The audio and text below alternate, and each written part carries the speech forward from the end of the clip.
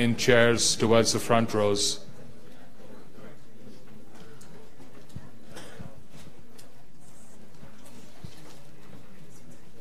May I request people to please occupy seats in the front rows, please.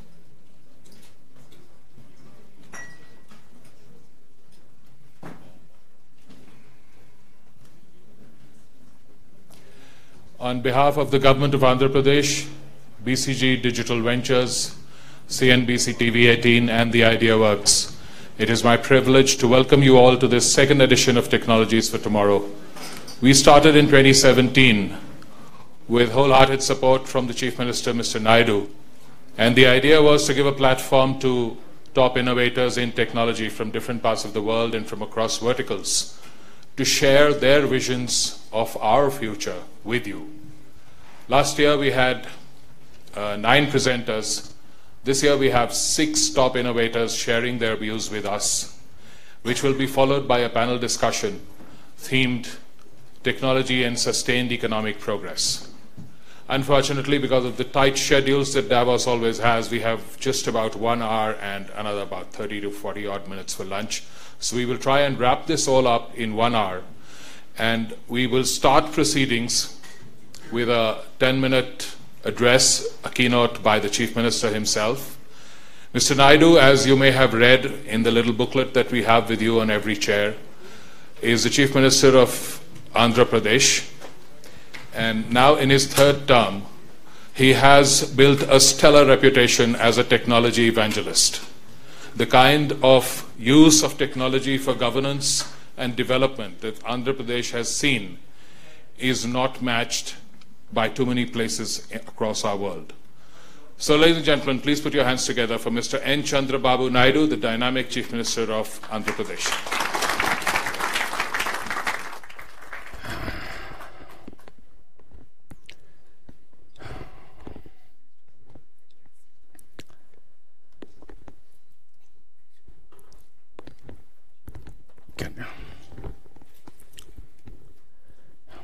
Thank you. Distinguished invitees and friends, I am very happy to take part with you, especially innovations. Now innovations are changing the world. Already disruptive technologies have come. It is changing how we are going to live, and also so many dramatic changes are coming. We are in 4th Industrial Revolution. In 4th Industrial Revolution, it is only imagination. You want to do anything, you are having a capacity to do it. How to do it? It is a matter of our creativity. So many creative brains are here. All global brains are here. As a head of a state, my concern is, globally we are all talking ease of doing business. We are competing. It is for entrepreneurs. I want to go one step ahead. Ease of living with happiness. For living, there are so many hurdles. If you go to a particular bureaucrat, he won't give certificate. That is a big problem. If you go outside, there is a problem of traffic or so many things. Even in agriculture, in India, there is a problem of crisis. All these things, what I mean, what I analyze, if you can handle carefully, everything is possible to overcome. So I am very happy. What I have done for the last time, it is very near to my heart. I am working for so many years. I built one city, Cyberabad, in Hyderabad city. That is a knowledge economy today. I strongly believe future is for knowledge, not ancestral properties. If you are having knowledge, you can command, you can do wonders, you can contribute to the global community. Nowadays, innovation is having an advantage with information technology. Scaling is very easy. You want to do, you can replicate, you can do overnight globally, and you will get name, and also you will get money also. So in this background, I am very happy so many innovators are here. I want to listen to you. And at the same time, what we are doing in Andhra Pradesh, if you see, this is my vision. Our goal is very clear. Our state is a new state. By 2022, one among 3 states in the country. By 2029, the best, happiest state in the country. Not only economic indicators, and also happiness as an index. By 2050, best preferred destination in the world to live happily and healthy. That is our concept. That is where we are working. If we go further for this, we have prepared 7 missions. We are going mission approach. One is, if you see here, 5 grids we are having. In this, primary sector and also social empowerment and also service sector, industry sector, knowledge and skill development. This is the future. That's why one mission approach we are taking, urban development, infrastructure. And at the same time, 5 grids, power grid, gas grid, road, water, fiber. Fiber, every home I want to connect, then knowledge will be available with them. Here we are going real-time governance. In India, we are having Aadhaar account. Now on the basis of that, we have prepared e-Pragati, family as a unit. We are integrating all data, planning at macro level, implementing at micro level. As a family level, we are working. For infrastructure, very cost effective, we are able to create AP fiber. You want to take cable underground, then naturally it is costing me 5,000 crores money, then Indian currency. Then I have done, every home is connected with power. One fiber I have taken, I connected every home now. As on today in the world, biggest video conference is available in my state. That is around 1.5 lakh households we are connected. I am scaling now in a big way. Every month 5 lakhs. By year end, 10 million video conference facility will be available in my state. You want to talk 10 million families, you can address from here or anywhere in the world. It is very cost effective. 15 Mbps and also video, internet, 500 channels, 3 telephones, Wi-Fi at the cost of 149 rupees. It is less than $2. That is the technology penetration we have taken up. Now, even real-time governance, we are going in a big way. I will explain later. Here, if you see here, real-time governance key elements.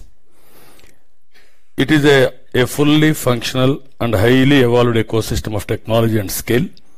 Data input from surveillance systems, drones, biometrics, augmented technology, and virtual reality, machine learning technology, call center. We are integrating everything here.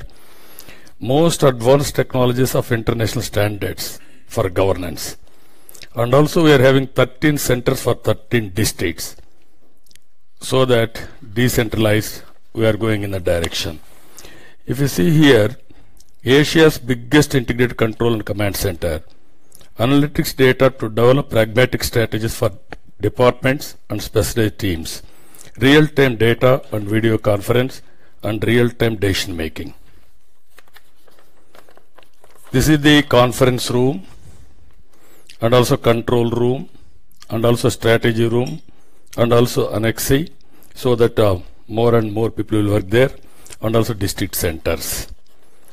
If you go further, this is the golden data we have developed. Aadhaar is a big advantage for India with biometrics, either fingerprint, iris or facial recognition. That is the data we are having. So we have saturated 100% benefits. All beneficiaries are with Aadhaar account now. And also we have, as I rightly mentioned, family profile, village profile, government benefits. We are going Praja Sadhikara survey. It is a family as a unit we are measuring. This golden data, if you see, nearly 4.34 crore men and women are in this People's Hub. Further, if you see People's Hub, data updates from village, that is the last mile, beneficiaries updates from departments at all levels. Finally, through Praja Sadhikara survey, it is People's Hub. This is the truth of data. It is almost all government will integrate and will do updation everything. If you go further, we are building land hub now. In India, we are having so many problems. Just like Aadhaar, 11 number digital code we are giving. We are naming Budhar. Just like Aadhaar, it is a unique code number. Every piece of land will have a Budhar, geotagging and everything, so that registration, all these things, cumbersome procedures I can remove. Somebody will sell, somebody will purchase, automatic mutation, everything documentation, it will be perfect system. Just like you cannot change men or human beings, you cannot change land boundaries also. You cannot manipulate also. That we are bringing. It is first of its kind. It is single truth of land and property we are bringing now. If you can go further, this is where comprehensive financial management system I am bringing. Total revenue receipts and also revenue expenditure of a unit or an individual with benefits, everything we are integrating. And also e-office we are going, e-cabinet we are doing, paperless office, even last mile we are connecting, seamless processing of files. That we have achieved. Biometric attendance everywhere, real time. We are using schools, colleges, everywhere we are using biometrics. AP Cloud, Microsoft Azure hybrid cloud we are introducing. We are making Andhra Pradesh as a cloud hub also. We are using all technologies in Andhra Pradesh. If you see some examples here, this is IoT, biometrics. This old woman is taking pension. If you go further, this is Internet of Things, making state as a cashless economy. Further, if you can see, this is where POS we are using in a big way, fair price shops, healthcare, fertilizer distribution, and also primary health, education, street lights are running on sensor based, and also pensions, Narega labor, you name anything, everything is authenticated with Aadhaar account. If you can go further, how we are using devices, sensors and devices, groundwater. I can monitor real-time groundwater available in Andhra Pradesh. I can monitor rainfall real time. I can monitor temperature real time, wind flow real time, air quality real time, and also reservoir status real time, so that you can plan accordingly basing on all this data. Even Internet of Things, if you see here, surveillance cameras we are doing in a big way, even wrong direction, detection immediately, no parking detection, even zone monitoring, even so many things I am watching, even street lights we can read, even greenery on the road we can read, potholes, even garbage on the road, even paper on the road, we can detect, we can tell to the concerned person immediately there is a piece of paper or garbage, you have to clean it up. That is where we are going in that direction. We are going virtual classrooms. Around 6,000 classrooms we are planning. Already some of the classrooms are happening.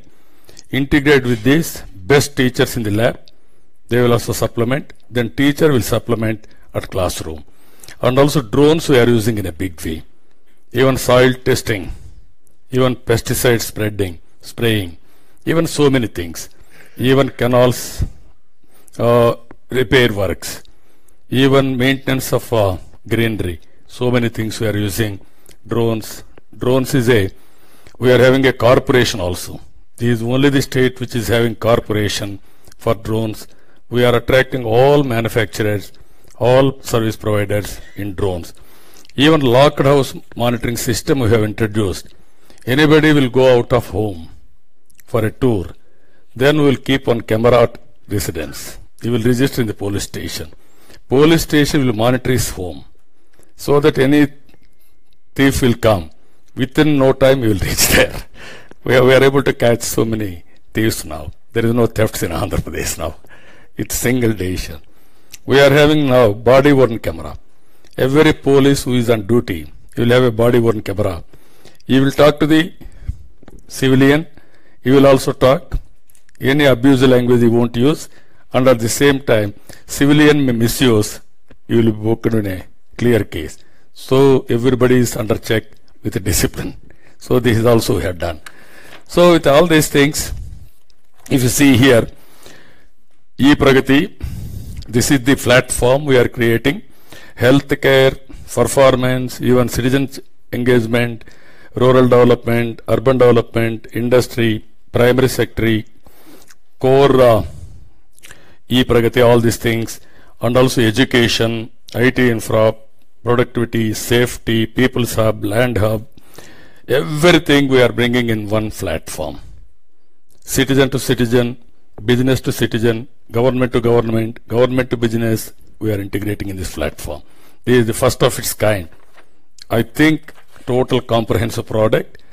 Anybody has done better than this, I want to learn from them. That is where I am here, and also I am doing that. If you see here, this is real-time data is flowing.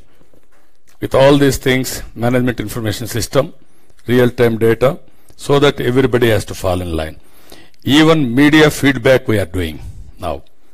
What is the media in social media, print media, electronic media, sentimental analysis, positive, negative, where I have to focus, everything we can do with this.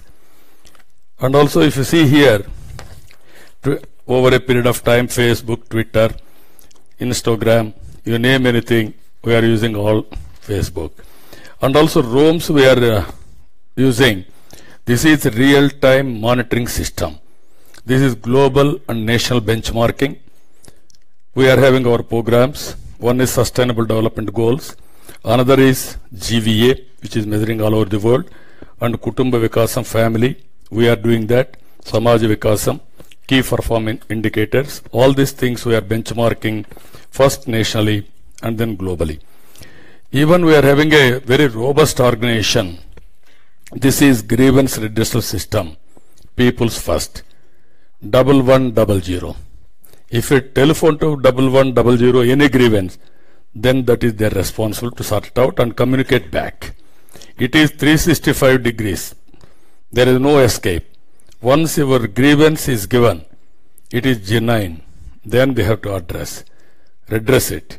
Then finally, they have to communicate to the customer who has given complaint. If we satisfy, then we will close, or otherwise it will be open. At the satisfaction of the citizen, we are doing, it is working very well.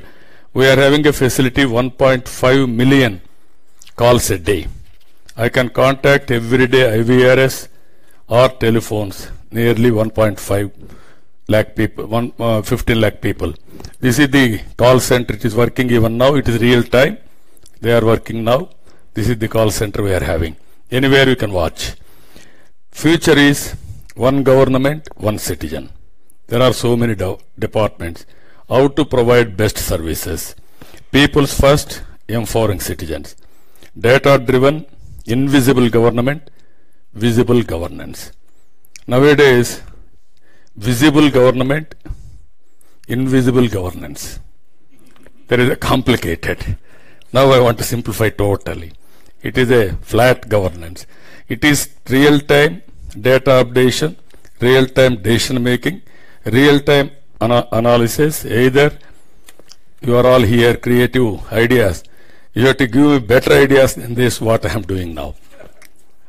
If you see recently, Google has brought one of the best product here. This is the F-Socks. free space optic communication link. It is only one equipment. 20 kilometers they can focus communication. That is gigabit capacity. This is the first time they are operating in Andhra Pradesh. You are going to witness now remote area in a forest area. You can see now. Then these are all the areas they are working. Afterwards, you can talk to them also if necessary. For 1 minute, you can connect. Meanwhile, we'll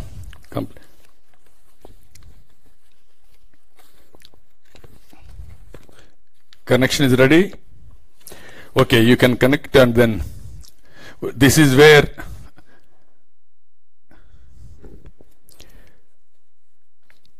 now we are starting the second innovation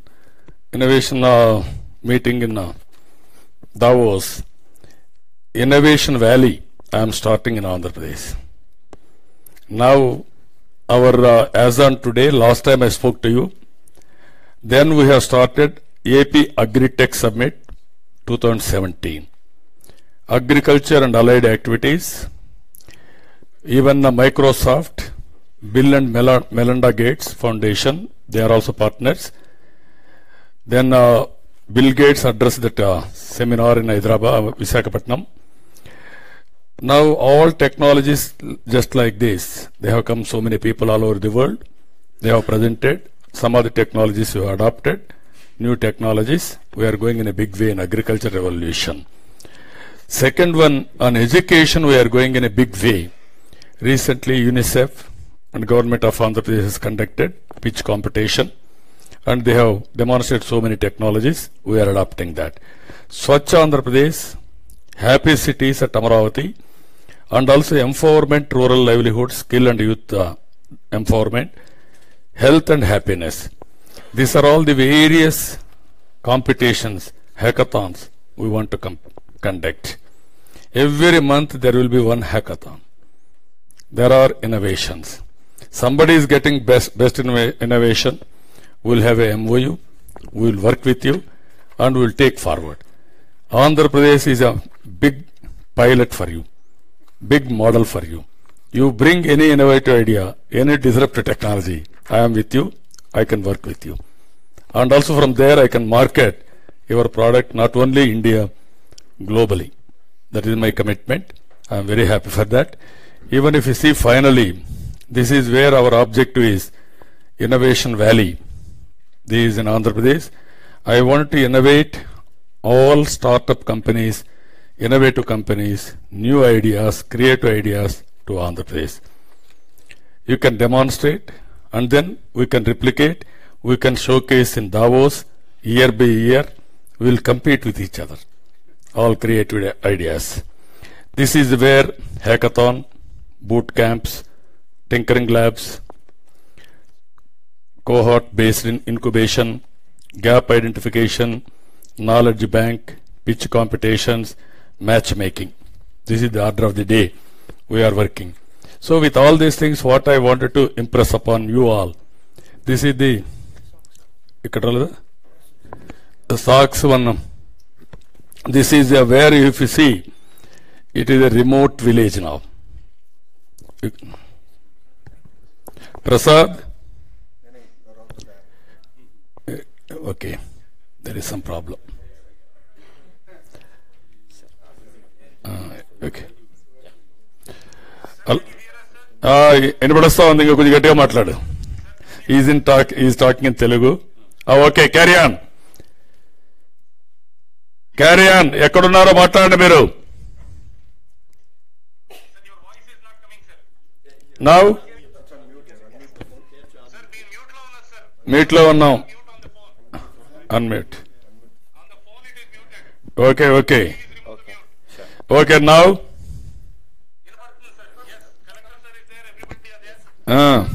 మేము కూడా అందరూ ఉన్న all innovators are here. Global innovators. Okay, carry on. This is remote village. You will explain. If you see, they are all tribal. This is all hill area. They are all never they have witnessed video conference or telephone, anything, even fiber or electricity. Entama.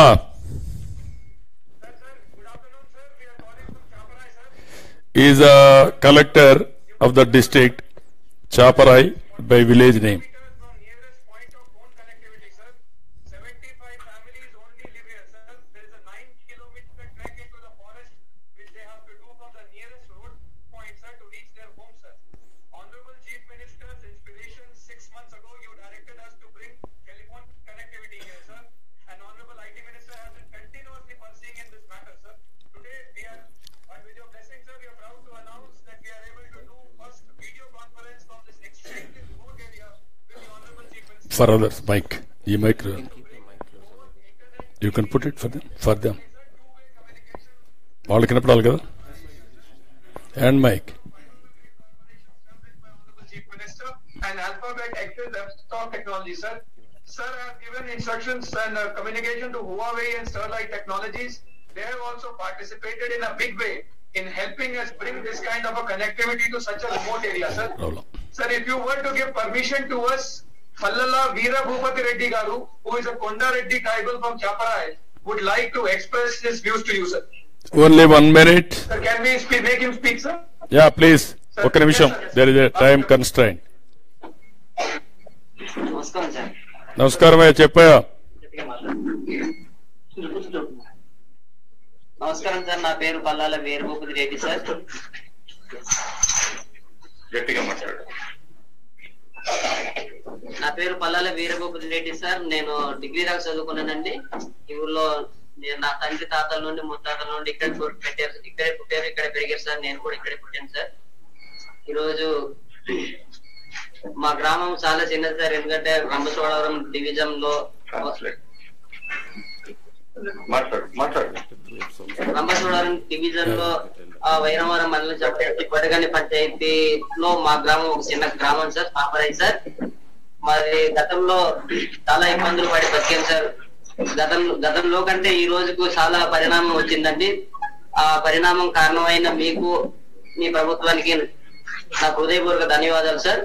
ఎందుకంటే ఈ రోజు ఇన్ని specialities మాకి అందుబాటులో ఉన్నాయి అంటే మాకు చాలా గర్వంగా ఉంది సార్. చాలా గర్వపడుతున్నాను సార్. ఇది వరకు మాకు ఏది కూడా మాకు అందుబాటులో ఉండేది కాదు సార్. ఎందుకంటే నేను మాకు ఎవరు రావాలన్నా కూడా మాకు రోడ్డు సదుపాయం ఉండేది కాదు సార్, అందుబాటులో ఉండేది కాదు సార్. ఎందుకంటే చూడడానికి కూడా రోడ్డు ట్రావెలింగ్ ప్రాబ్లం అని చెప్పేసి అనుకోలేదు sir. These are all remote area. FSOCs we are using. They are witnessing first time. They are highly thrilled. Generally, they never spoke outside world. From their village, they are speaking now. Because of time constraint, I am not allowing more people. Otherwise, they want to talk very enthusiastic. It is a reality now. Every home, every household, we are connecting 15 Mbps. You can imagine now. If you connect every home will become knowledge hub. From there, we can operate. I am very happy now. Now I am leaving this floor to you, all innovators now. You have to guide me.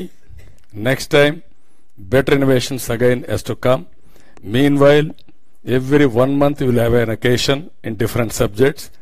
If you can come, we will be very happy to participate in that hackathon.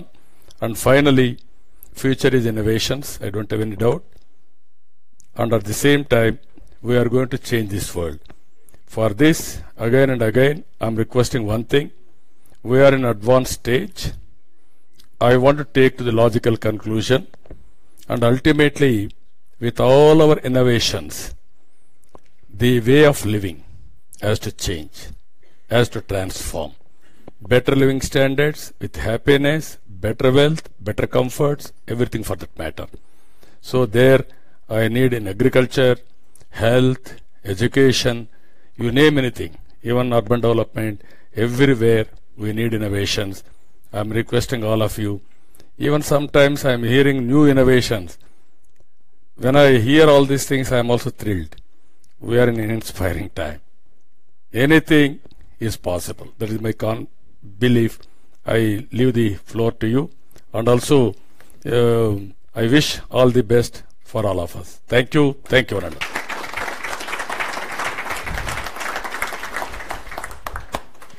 Thank you very much, sir. No wonder in your leadership the people of Andhra Pradesh are living better and growing faster. So we now have, we're running very short on time, so we will now start with the presentations by the 6 innovators. And we will not have individual introductions. Please refer to the booklet that you have with you. They will come in the same order as they appear in the booklet. So the first presenter is Hussain Kazai, CEO and founder of Onfido.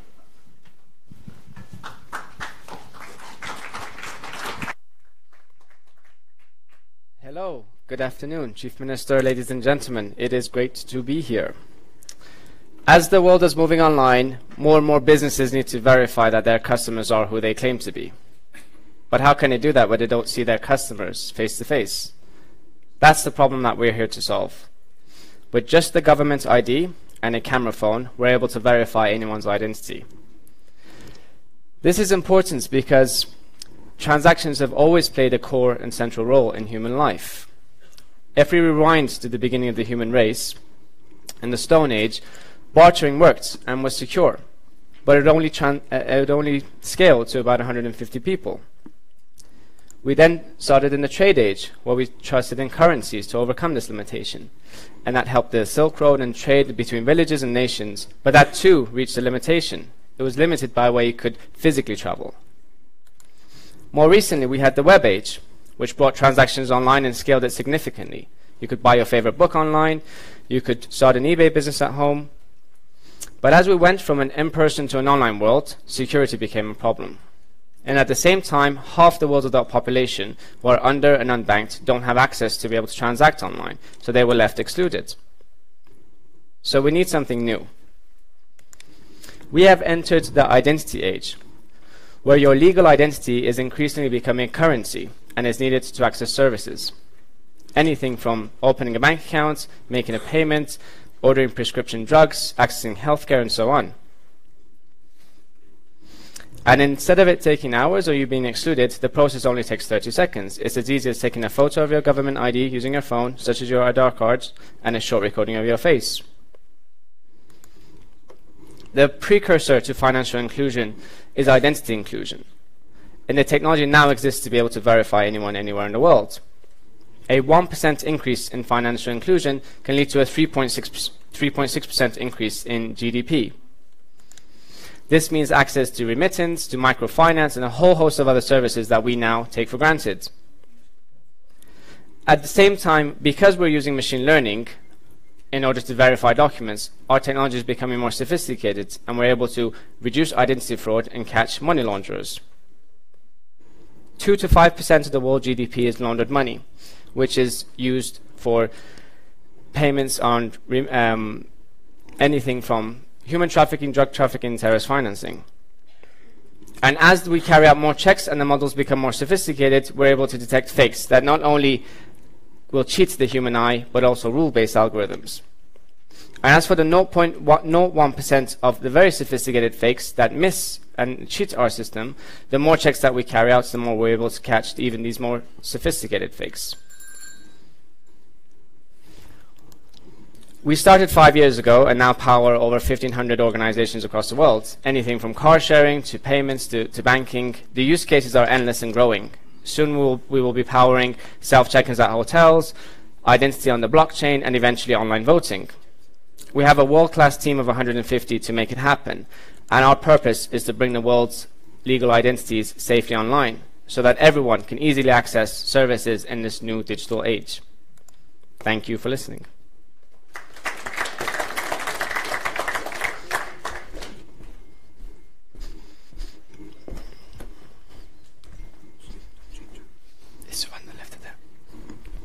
Greetings, everybody.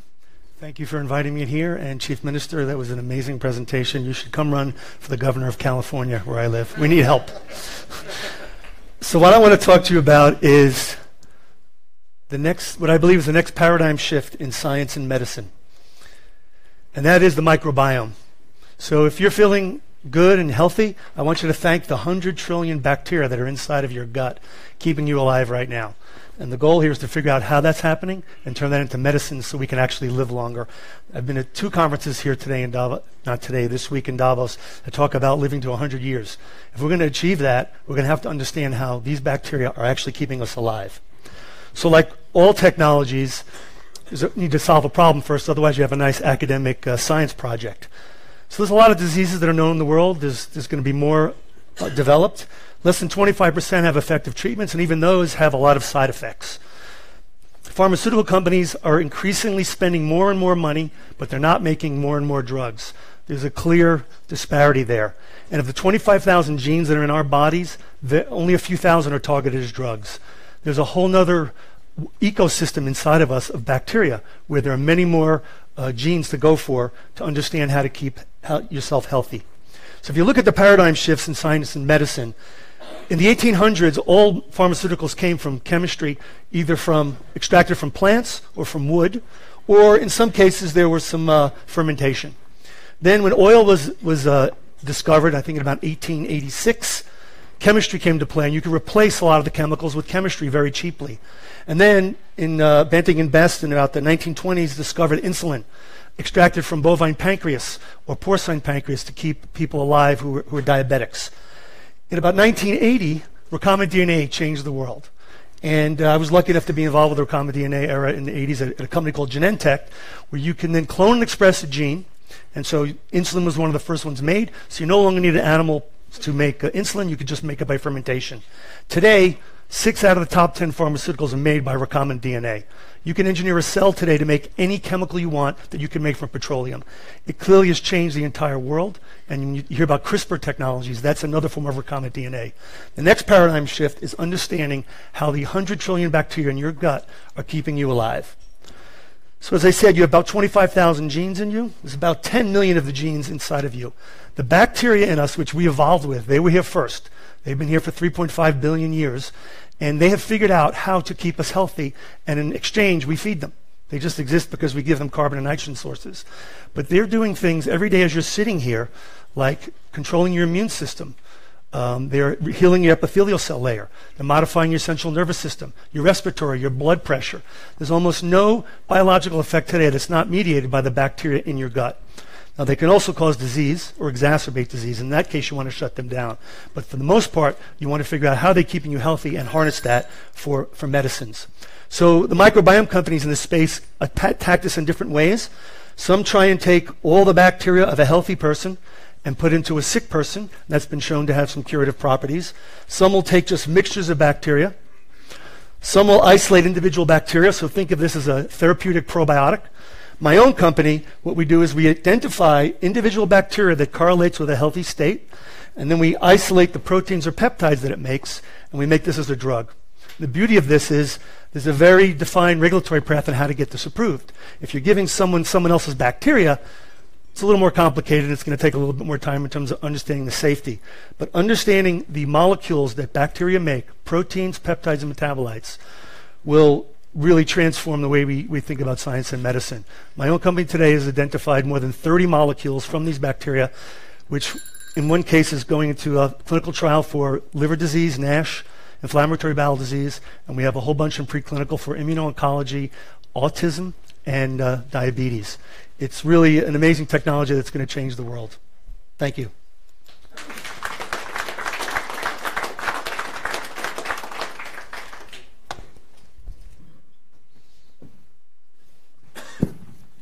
That looks like me.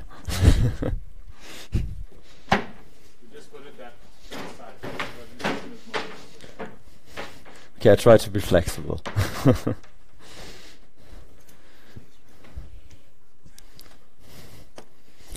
So, dear ladies and gentlemen, thank you very much for having me here today. So my name is Andreas. I'm the CEO and co-founder of Konox. At Konox, we are building a full-stack solution for predictive maintenance for railway systems to unlock a new level of asset performance and predict failures to reduce downtimes. So the rail industry is one of the hidden success stories, especially in India.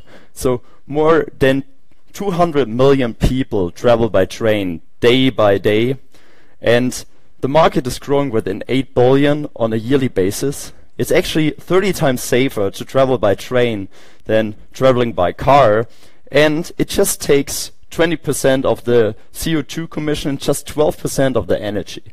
So this all sounds very great, but why is the rail industry not completely winning worldwide today? So there are a number of reasons why the rail industry is currently struggling. So the capacity and the number of passengers are increasing year by year, but the infrastructure was never really built to handle such a large capacity, and most of the systems out there are outdated and more than 25 years already in the field. So the rail operators are mostly not able to really understand the downtimes of their systems, so what means that they have very high maintenance costs, low network capacity, and have to switch assets even if they're still healthy. So what we want to do is we want to automate manual inspections. So instead of working day by day in the field, you will have all data in real time in your system. And we want to increase the asset uptime and asset utilization. So we are doing this by a full stack system. So we're putting sensors in the field and enabling trains to arrive on time and uptime in the infrastructure. So, I mean, I'm very, very pleased to be here. So the company was founded in 2014. Since that time, we won the German Digital Prize, the German Mobility Prize, working with the German railways, now also the Swedish railways, and this year we are expanding in Asia and also in Europe. So, and hopefully next year we will have the opportunity to present maybe together our system in this railway infrastructure, providing and presenting the data in real time into your real-time government system. Thank you very much.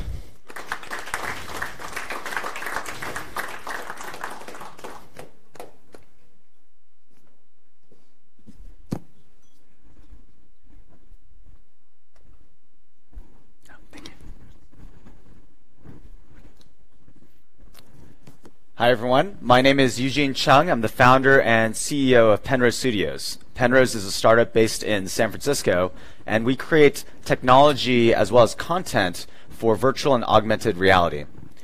I'm going to first talk about our background. A lot of our team comes from both the creative side as well as the technological side, and this is part of the key magic that makes Penrose what it is. I think one of the key things of kind of having this sort of mix is that we're in the early phases of this industry, and in order to do that, we actually have to kind of tackle lots of parts of the value chain of the creation of VR and AR. I know deeply personally how that technological and analytical side can mix with creative, and that's because if I go back to my parents, my mother is a CPA or an accountant, and my father is an opera singer. So I sort of lived with this basically most of my life. So let's first talk about creative and how that's come into play with our company. We have created some incredible works of storytelling for this new medium. And the very first piece that we created was called The Rose and I, and it was at Sundance in 2016. Our second piece was called Allumette, and it was the very first red carpet world premiere for a virtual reality film at the Tribeca Film Festival in 2016. So far the reactions to the work have been pretty good. We've been lucky enough that we've had some great reactions. Wired magazine called Allumette the very first VR film masterpiece, and BuzzFeed News called it the best argument for virtual reality. TechCrunch has likened us to the Pixar of VR, and USA Today and the Wall Street Journal and the New York Times.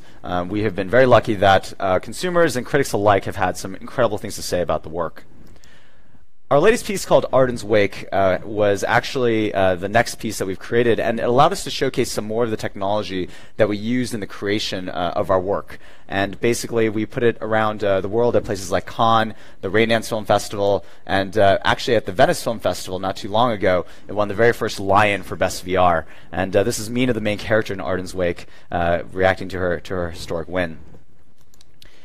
So part of the magic, as I mentioned about, is about the technology and the combining of the creative and the tech. Our engineers and our artists sit right next to each other, and basically we create enterprise-level tools because the engineers and the product managers know what to create because the creatives give them feedback every single day.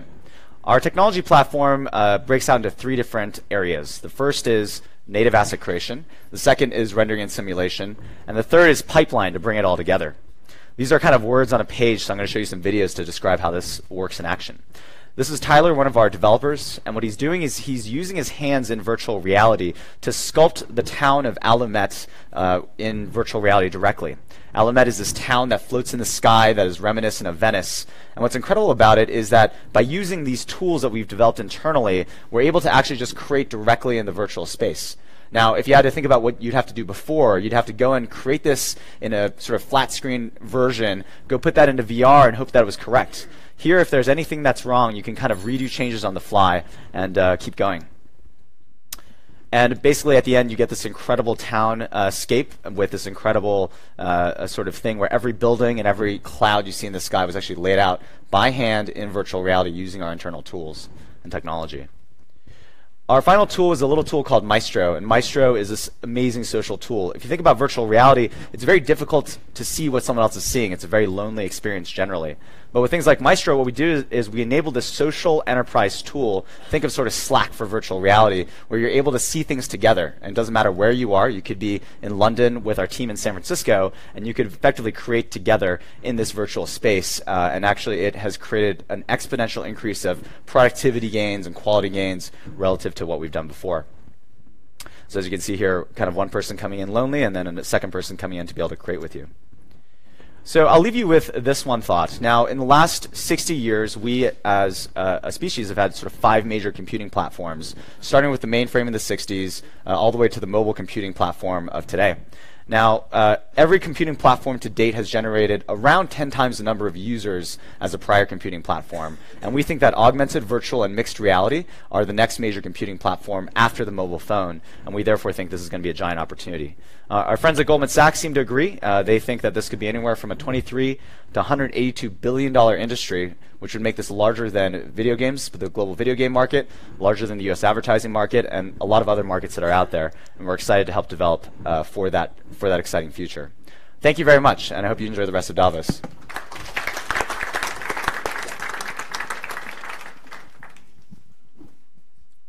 That looks like me. So this morning I was on a train to Davos, and I was talking to a fellow passenger on how the day was it a good day or not. And I grew up in India. A day with minus 15-degree temperature is good, but could be better, right? I mean, this is too cold.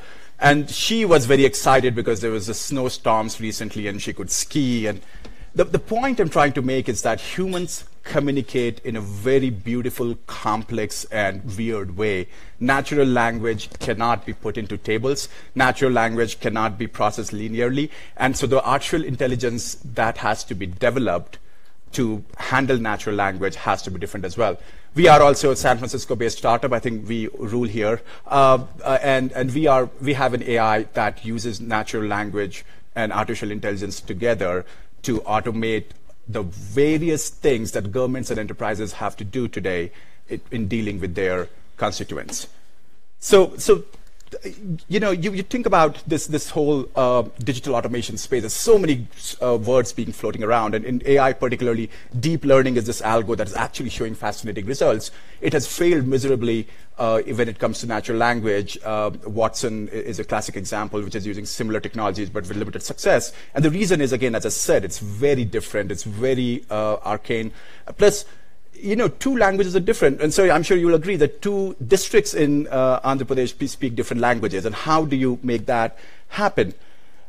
We have this technology already working in many, many enterprises. One of the most frequent use cases is natural language search. It is as if you ask somebody a question, they go out, they essentially read through all there is to find the answer to this and come back to you with that particular answer, not the document that contains the answer. And we have, for example, applied it a tech company case where they are answering the questions of their customers 6x better using a technology like this.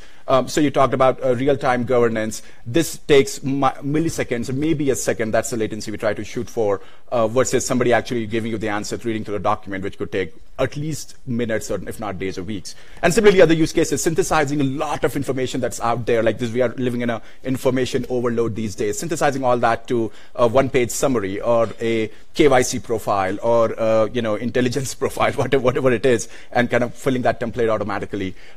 Extracting all the document and all the natural information that is floating around here, extracting the real nuggets of knowledge in there and putting them on the table.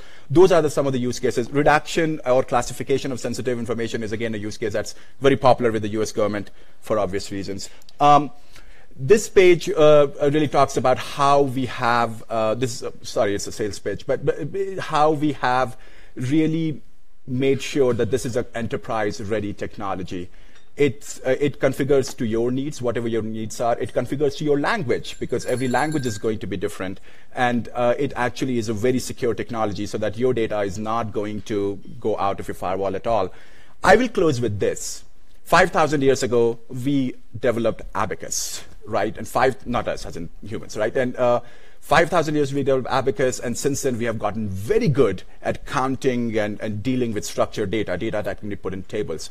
But as in this forum, when we are thinking about technologies for tomorrow, we have to think about the way people naturally are. And hopefully this is just a start, it's just language, but it could be for any other structured data. Thank you very much for your time today.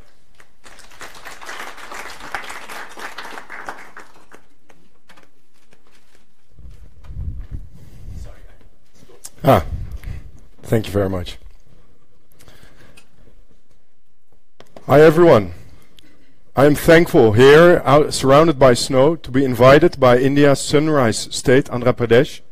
And I'm also inspired by Chief Minister Chandrababu Meets to address a live stream, because our company is currently following the live stream of this presentation, and I would like to address our team. And not only by showing my own face, because they actually see my face quite a lot. I'm going to next. Can my presentation be put on?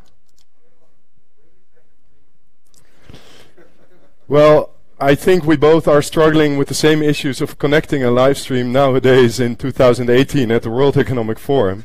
I wanted to compliment you that 15 Mbps in remote homes everywhere in your state, that's really something promising indeed. There we are, so there I start. I represent Vizi. I co-founded Vizi and I'm CEO of Vizi. Vizi comes from physics and seeing, because that's what we do. We look with a physics perspective at the world around us. And when we look at the world around us, we have realized that we spend 90% of our time in buildings. And those same buildings are responsible for 40% of all electricity consumption. And we are fighting for a mission, which is a long-term mission, to reduce that amount of energy consumption, to make an energy-neutral built environment. But the theme of today is technology for tomorrow. And that is something, as a startup founder, I realized really early on, is that you need to develop and go to market as quickly as possible. And that's what we did. We investigated the market and we realized that currently building owners, renters, investors already are installing automated blinds, tintable glass, air ventilation. At the same time, they want to maximize daylight for happiness, but they also want sustainable buildings. So already out there in the market, there is a very direct need for technology to make buildings more comfortable, so people get more happy and productive, but also to make buildings more sustainable, so that we can enjoy our planet for a longer time. And therefore, we have developed a product portfolio. Our power window is an electricity generating window which is fully transparent and can supply the electricity to all components in the facade that need electricity. Our smart window senses temperature, light, and communicates it to the internal building climate control systems, but also to communicating systems of municipalities and governments. We store our electricity in local energy storage, which we call our easy boxes, and we give access to actually be in contact with your own glass via our easy app. We enable people to have the glass think for them and make their life more comfortable. And we have developed a technology which can be distributed all over the world easily. Why? Because we have a very simple component which we can supply downstream and which we are actually already have been installing in both construction and renovate in the Netherlands. And we are now focusing on new projects. But what I dislike about this, and of course I'm happy with the customers that we have here, but what I dislike about this, it are always the fancy buildings adopting the most state-of-the-art technologies first. We, and when I say we, that's our team with 15 people out of which are 7 nationalities. We want to make smart offices, smart houses available to everyone. And therefore we have to go to scale quickly. We have to go to India's sunrise state quickly to reduce our production costs and give everyone the opportunity to enjoy a smart house and home. Thank you. I don't want to steal it, so I'll leave it right here. Thank you. Thank you very much, Ferdinand. And thank you for your indulgence, ladies and gentlemen. We know we are running a little behind time. We'll just change the setting for the panel discussion, which will be a 20-minute thing. And I'll just hand over the floor to Shireen. Shireen Bhan is the managing editor of CNBC TV 18, our media partner for today. And she's also a World Economic Forum Young Global Leader. So while the stage is set for the panel discussion, it's over to Shireen. Thank you very much, Amit. Good afternoon, ladies and gentlemen, and thank you to all of our presenters here, including the Chief Minister, for giving us a sense of where things are headed, not just in 2018, but in the foreseeable future.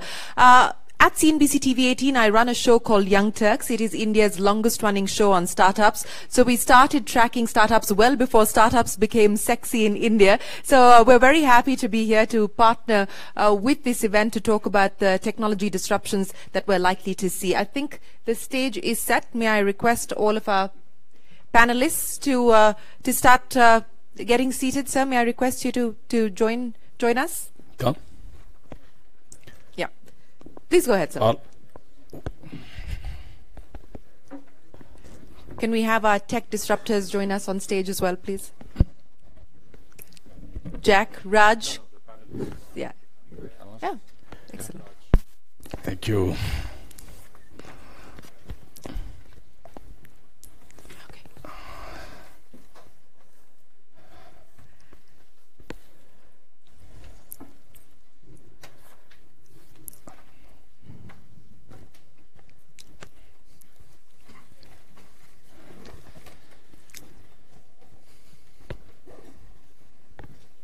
Thank you.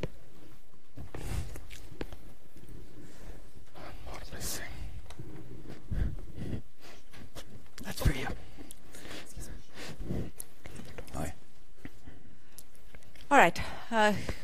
Mr. Naidu, if I could start by asking you, sir. Yes. We have 20 minutes, and I don't want to get the bells ringing again. So let me start by asking you, what is going to be the big focus area for you? You've believed in e-governance in your previous term as Chief Minister as well, but in addition to everything that you've already sort of articulated for us, the vision that you have using technology for the state, give me a sense of 2018. What is going to be the priority and the focus? Now, 2018, we are reaching a stage. Now people are using so many devices, Alexa or Google, so many things. By doing all these things, any grievance of any citizen to government, if you can voice recognition or other authentication, we can solve all the problems. Okay. It may be pension, it may be ration, it may be power connectivity, anything for that matter. I am very happy so many people are here. I have to integrate everything. I am having all the data available. It is a wonderful time. Specifically, what are you going to do to ensure that you create a robust ecosystem for technology disruptors to operate out of the state? What I am saying, ultimately you have to give cost effective and also most livable. When it happens, all these things, if you create wealth, if you can maintain sustainable development goals, then only it will happen. All these developments are going to add towards that. My stakeholders are my citizens. Yeah. I have to provide better, best living standards, no poverty, all power security or gas security, fiber security, all security I have to give him real time. Okay, in real time. Jack, let me ask you about the opportunities that India throws up. In the light of the fact that we've got a government that believes that less cash is the way to go, we saw the demonetization exercise. We've seen digital payments rise significantly since then. So how do you sort of see the Indian context today, and what do you believe is the need of the hour now to ensure that this continues?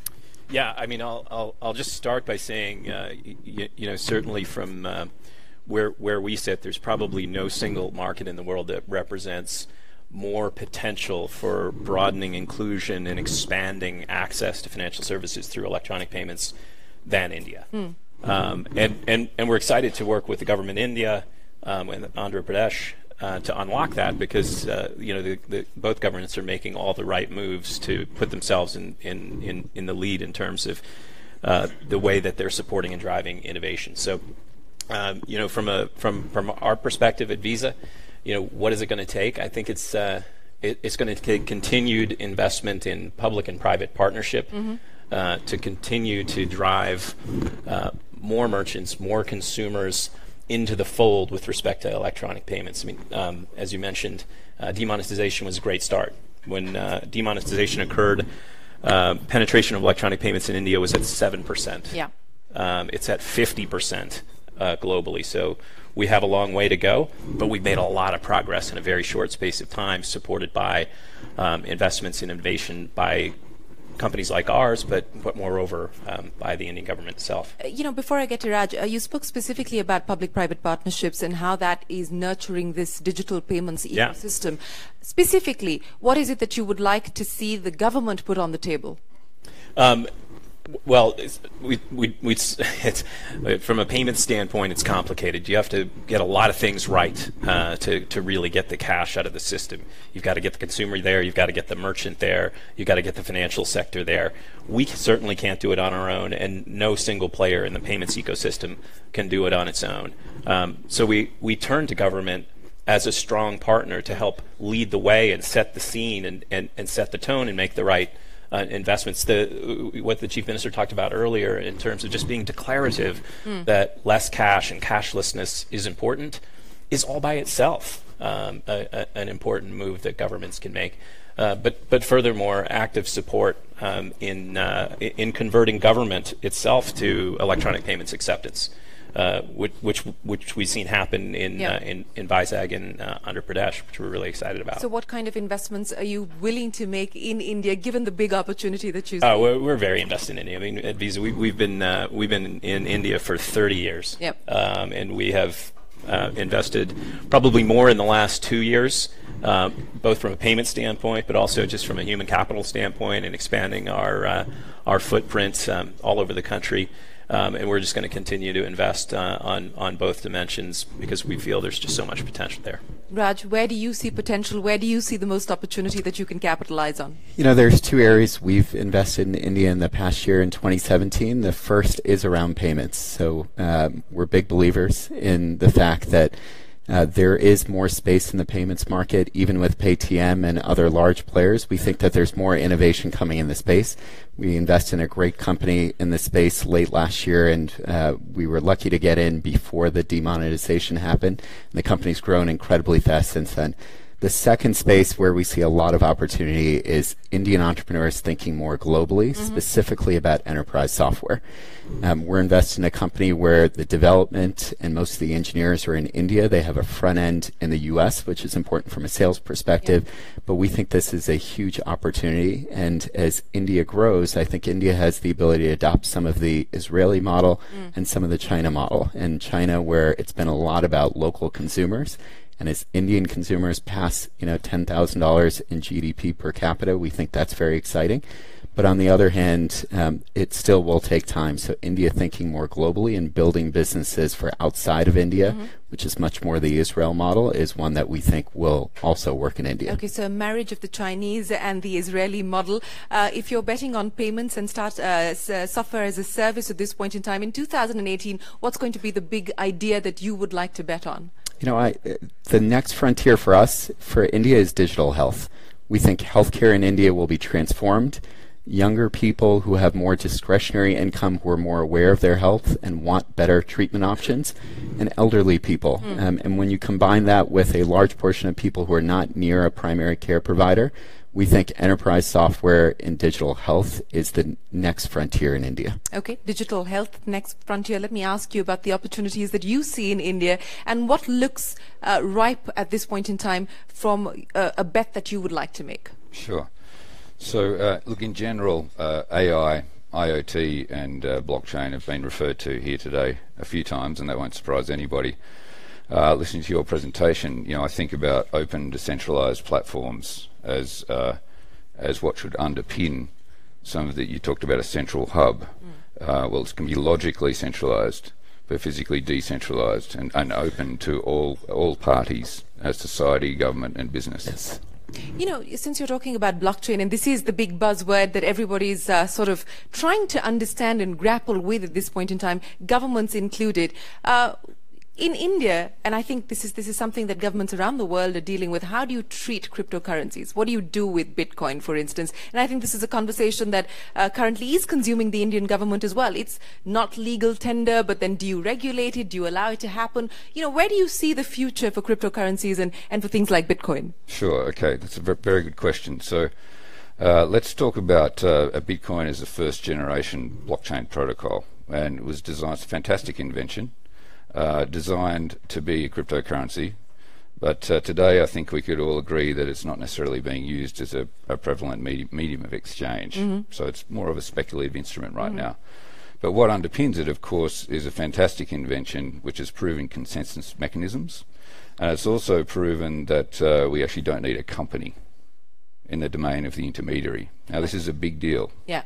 If you think about the business models of the last 30 years, the last 3 decades, a majority of the most successful business models have been dominated by intermediaries. So you think about banking, exchanges, eBay, Facebook, Google, Amazon, Airbnb, Uber, they're all intermediaries. Blockchain eats intermediaries for breakfast. So it sounds like a very outlandish statement to say that the new economy darlings are now the most vulnerable organizations on the planet, but that's true. That's trillions of dollars of value that's migrating to decentralized systems where there will be no company. Now, in terms of currency, so in third generation protocols beyond Bitcoin and Ethereum, we'll see that cryptocurrencies become pegged to things like fiat currencies, or better still, baskets of fiat currencies. So we'll have inherent stability in those, and they'll become a medium of exchange, and tokens will be something else. They'll be important to the proper functioning of the system. So these things pull apart. How critical will it be for central banks to support cryptocurrencies if we need them to work? Well, they will, and in fact, a number of central banks already have been exploring for quite some time issuing crypto-based fiat, which of course would be a form of pegged.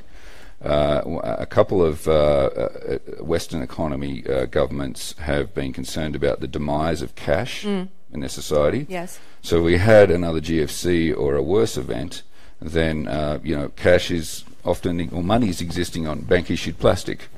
So if financial institutions cease to exist, there would be no money. So central banks are realizing that they need to have an alternative to cash, which is not dependent upon banks. So given the fact that you see the activity in the Bitcoin, especially at this point in time, is largely speculative, do you believe that we're headed for a bust? I think that I've been saying that I'm not. Bitcoin is not the main game. Yeah. The main game is decentralized open platforms, where entire industries are transformed. So we're working on a diamond platform at the moment, a ticketing platform, transportation. These are pan-industry platforms, and they account for far greater opportunity and value than basically Bitcoin is 3 or 4 columns on a spreadsheet, and address a balanced access control script. Fantastic invention.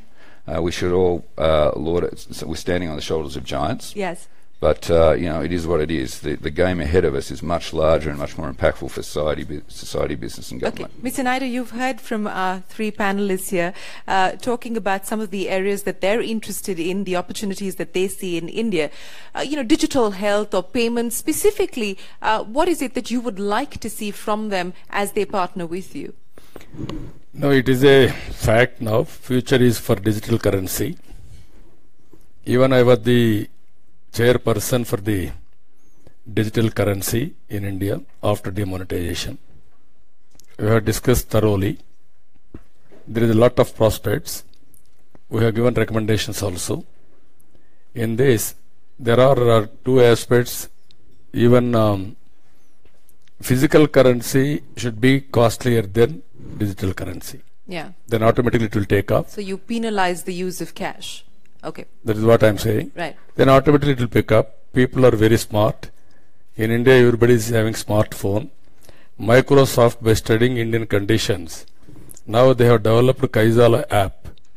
This is one app where multiple messages, multiple data, multiple layers we can send simultaneously. That is how it has done. Okay. So we are very clear.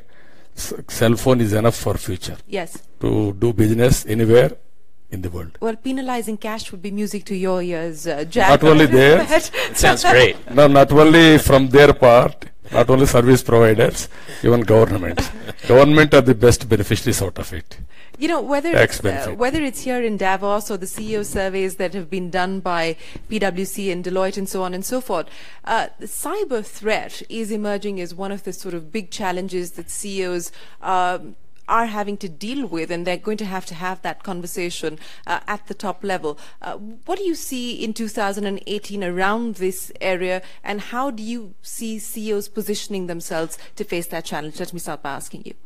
I think that if we continue on this thread around open decentralized platforms, we had Bitcoin, and Ethereum's brought logic into the network.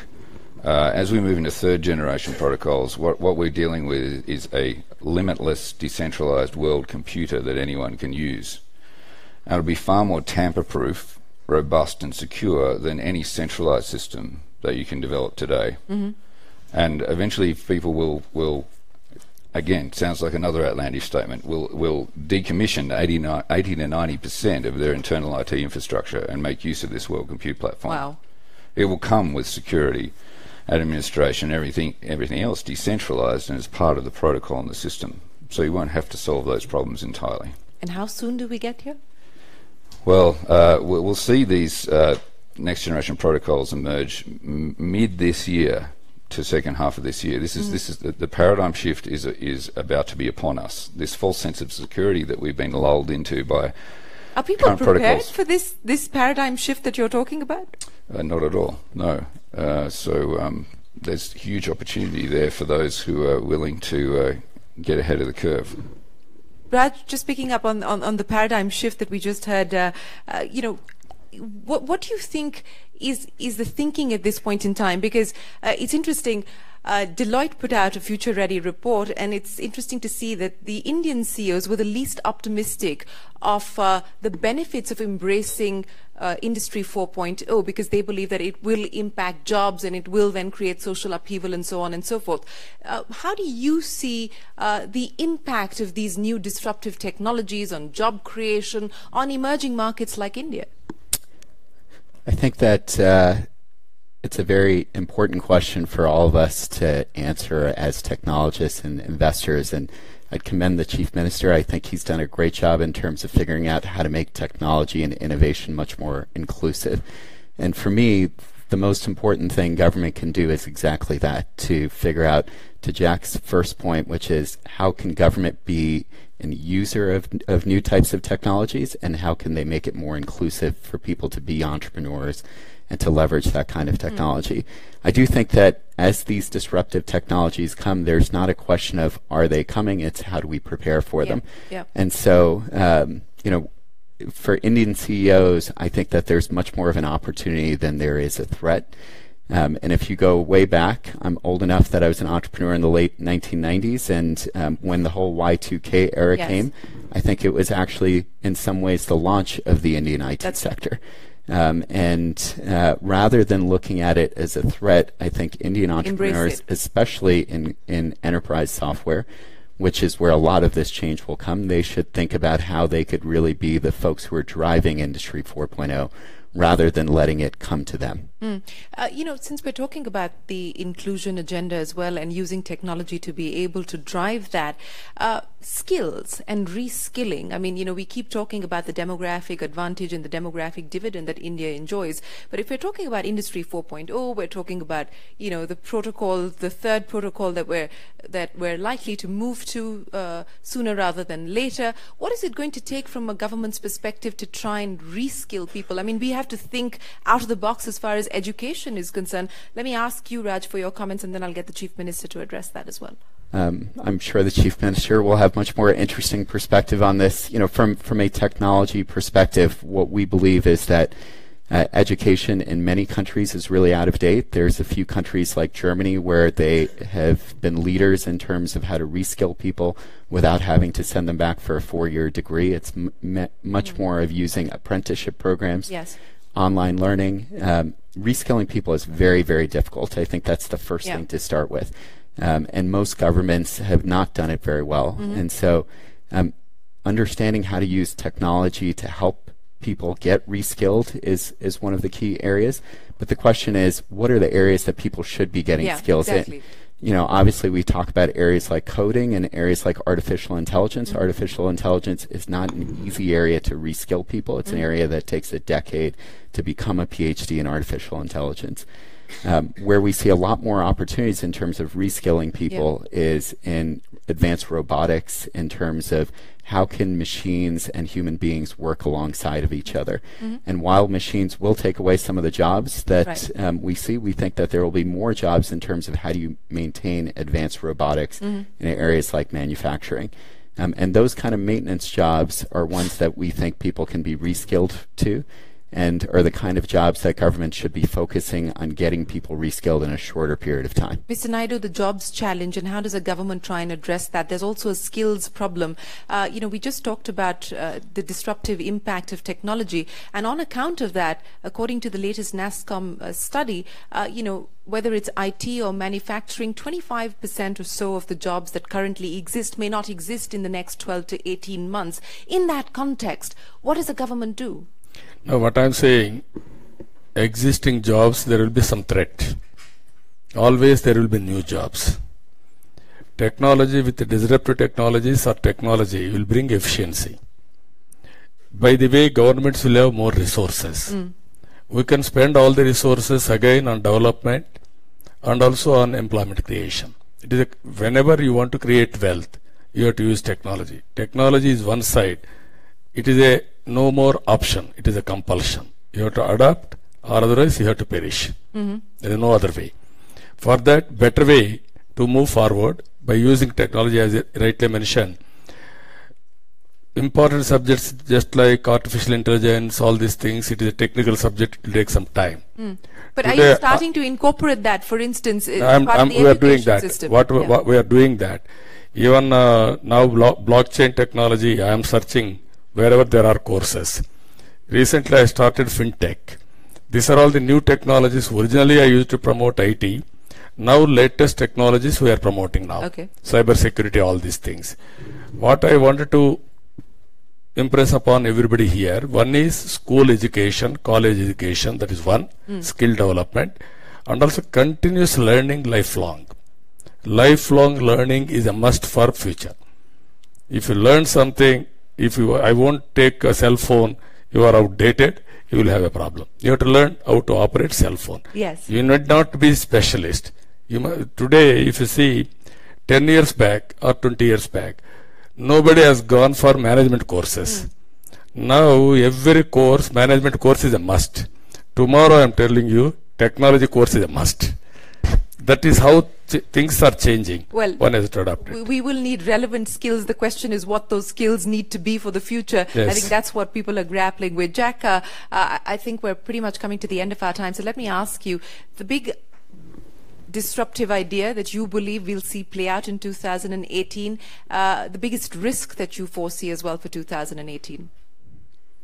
Wow, the biggest disruptive idea in general? Yeah. Or in payments? Payments, since that's what you focus on. Look, you know, the blockchain stuff that we talked about earlier is it's an important consideration.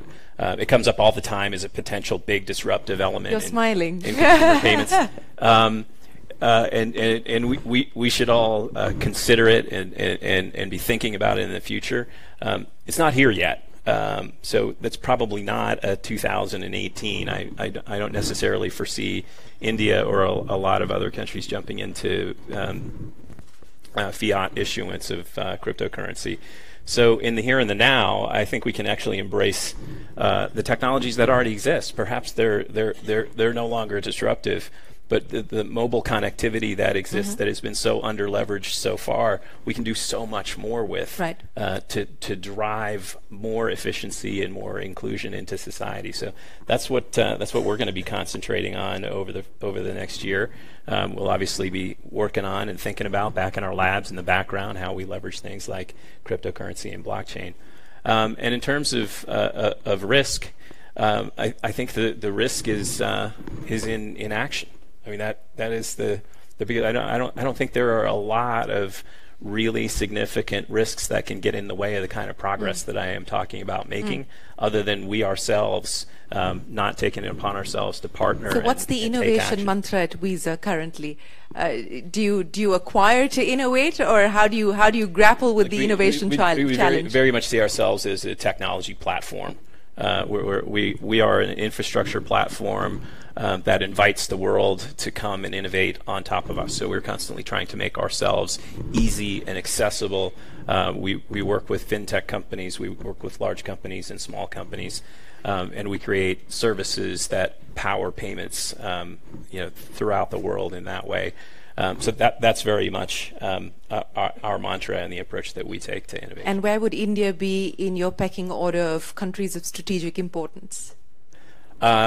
Well, it depends on which other countries are listening to the live stream. No, it's certainly in terms of potential for growth. It's right up there, top one or two. Okay, great, Raj. I would just say I think India has massive scale, and it's really at an inflection point. We're really excited to be investing in Indian tech entrepreneurs. I've been to Andhra Pradesh once a long time ago for a different kind of pilgrimage, and I'd love to go back. And how soon are you making that visit?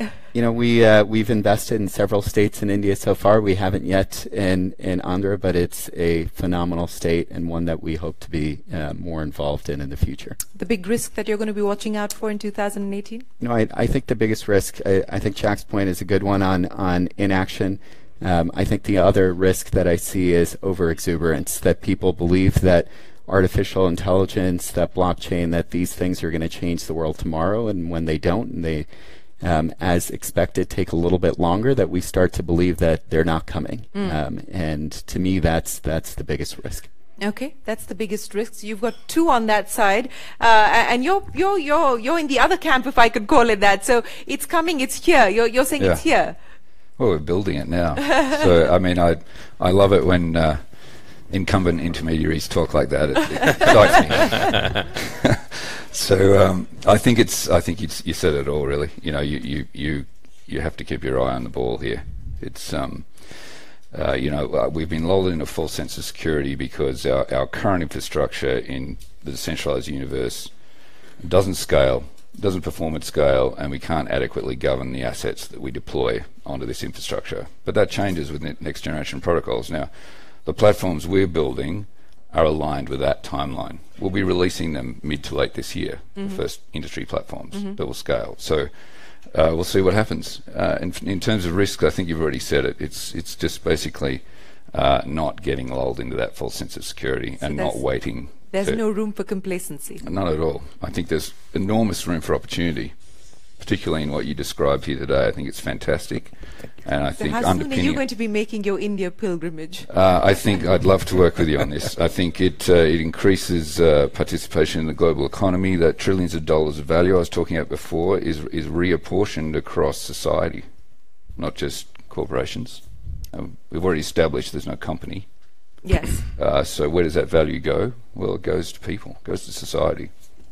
Excellent. So let me end then by asking you, sir. I'm very clear. All global players are here in different walks of life. We need all their support.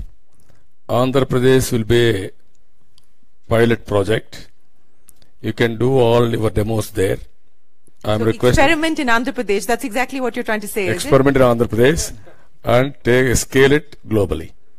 First you come to Andhra Pradesh and go for globally. We are available for you. All 6 companies, innovative companies, startup companies, I already instructed my people. They will be in touch with you. They are after you now. Now we have to make it reality. I will be very happy for that. And also all our friends here, new technologies, even blockchain, fintech, even tomorrow cyber security, so many angles. We have to work it out. We have to prepare global citizens to adopt all these technologies. So I am very happy. Everybody will join together.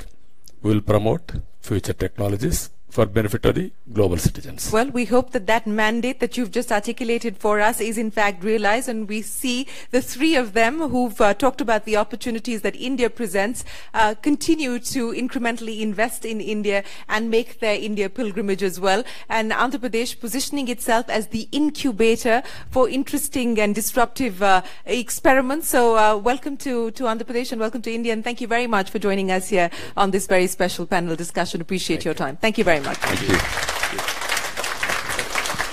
Thank you. Then we are very keen to work blockchain in a big way. Yes, yes. That's with you.